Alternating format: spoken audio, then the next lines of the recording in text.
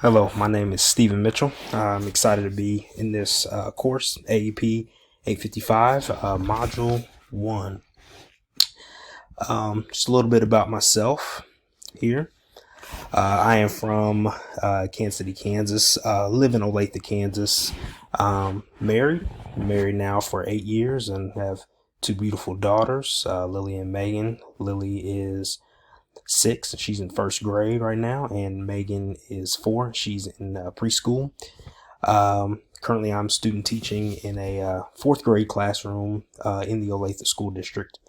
And just a little bit about me, some of my hobbies. I love watching basketball, football, listening to music, playing the drums, going to the movies, and just overall just having a nice time. A little bit of a work background for myself. Spent the last 7 years as a before and after school program director, and then also in the summertime as a camp director.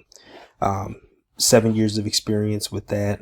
That's what has prompted me and to finding my niche and finding my passion working with children and ultimately pursuing teaching.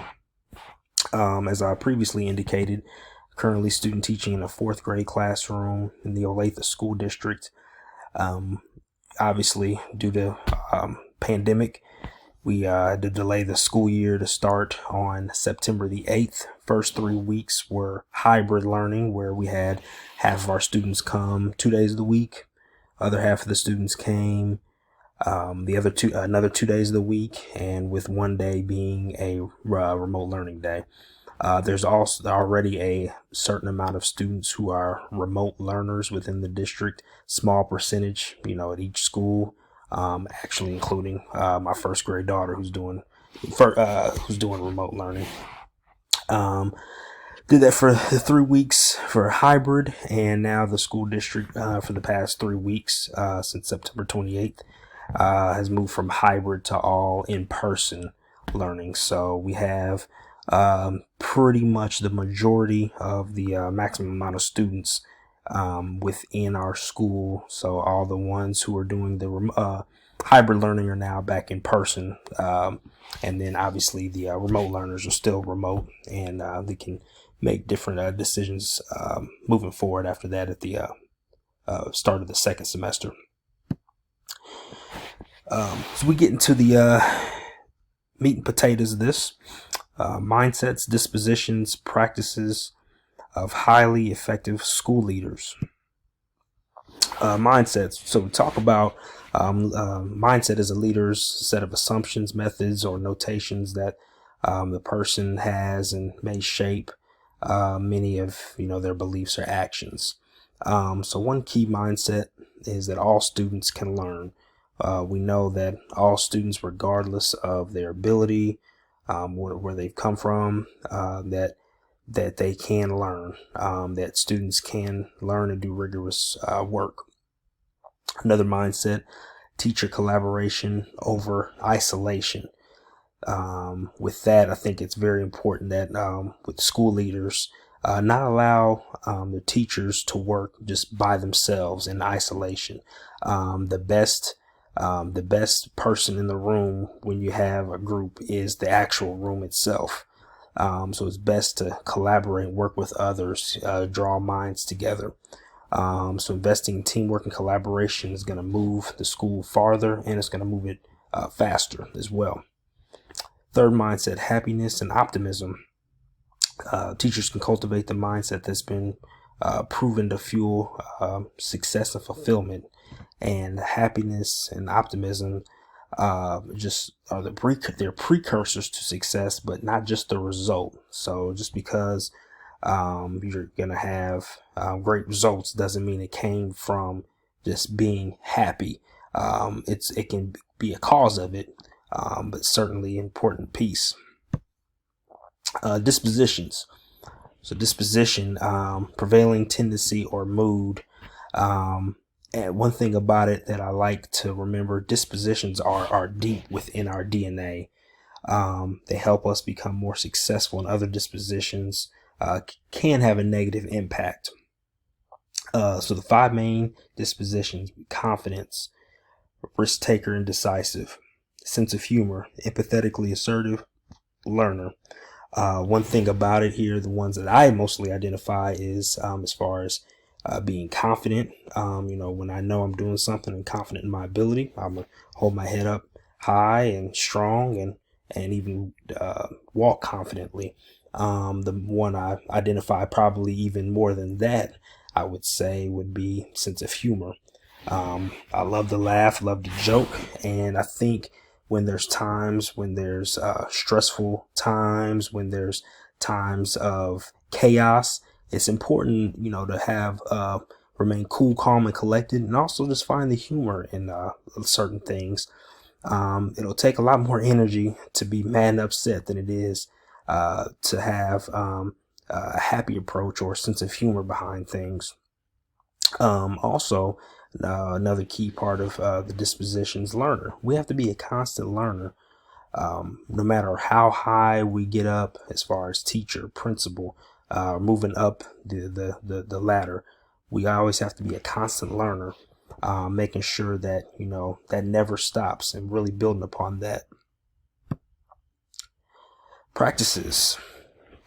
We talk about practices, strategies, and behaviors that leaders execute or display, even if those practices may be out of their comfort zone or out of that person's norm or don't come natural to them.